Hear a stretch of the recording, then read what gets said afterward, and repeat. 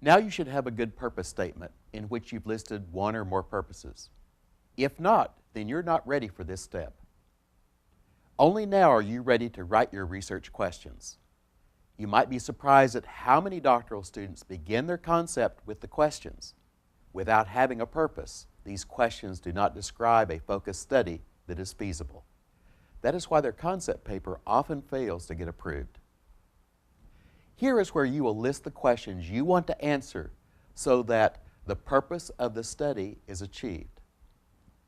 Read your purpose statement and ask yourself, what do I need to know and answer to achieve that purpose? If you have two purposes, ask yourself, what do I need to know and answer to achieve purpose A? What do I need to know and answer to achieve purpose B? Evaluate your list. Are there other questions I should answer? Are some of these that I listed outside of my purpose? The final and most important question.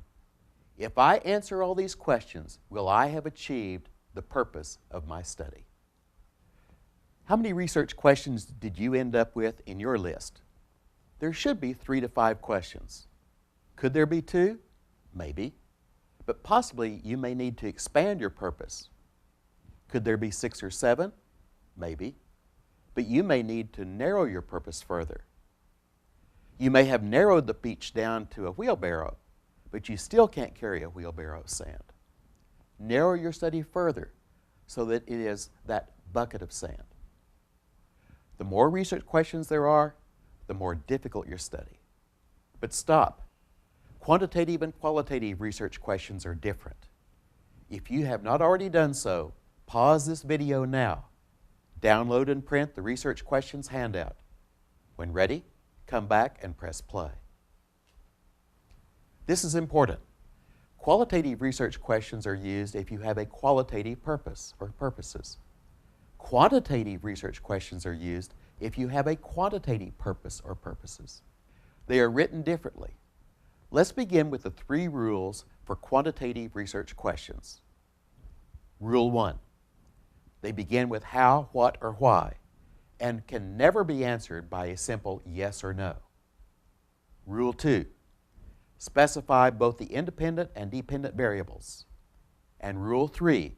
If your questions deal with connections among multiple variables, you will again use relate or compare, just as you did in the purpose statement. Here's an example using Rules 1 and 2.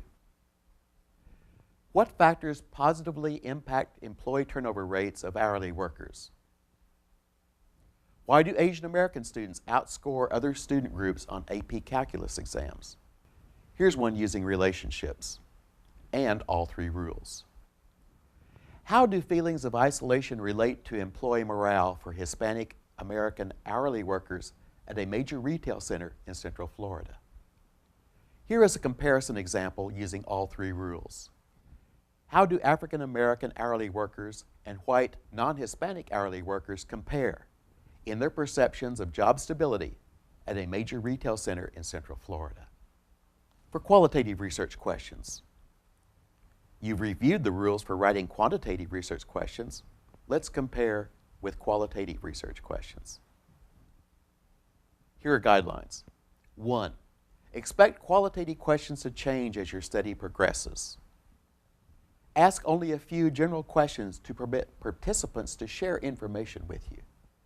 And ask questions that are neutral exploratory language that does not convey conclusions that you expect. And the last guideline, design and write 2 question types, central questions and related sub-questions. For writing central questions, there are 2 rules. Rule 1, begin with how or what. Avoid why. This is a quantitative term that implies cause and effect. And Rule 2, list the central phenomenon that you plan to explore. Here are some qualitative examples. What is the role of store managers in employee satisfaction of hourly workers?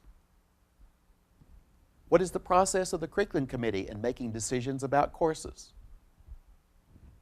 How does a president's leadership style impact employee engagement?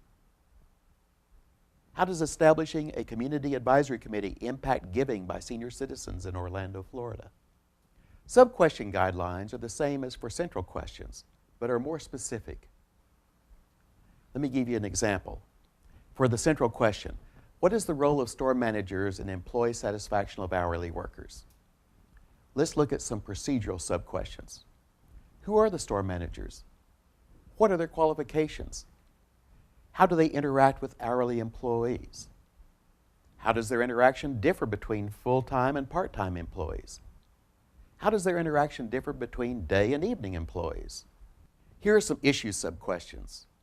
When do hourly workers become aware of being dissatisfied? What is the difficulty that managers have in determining hourly worker satisfaction? Notice that the sub-questions will now help you formulate the questions you would ask on a structured survey or unstructured interviews, because these are the procedures and issues that you will need to have clarified to answer the central question. Let me stress again, your purpose statement and research questions are as closely bound together as the lock on a safe and its combination. Not just any set of numbers will unlock the lock. The entire collection of numbers must match before the safe may be opened. Only when you get a good purpose statement or statements can you formulate the set of research questions that must be answered to achieve the purpose of your study.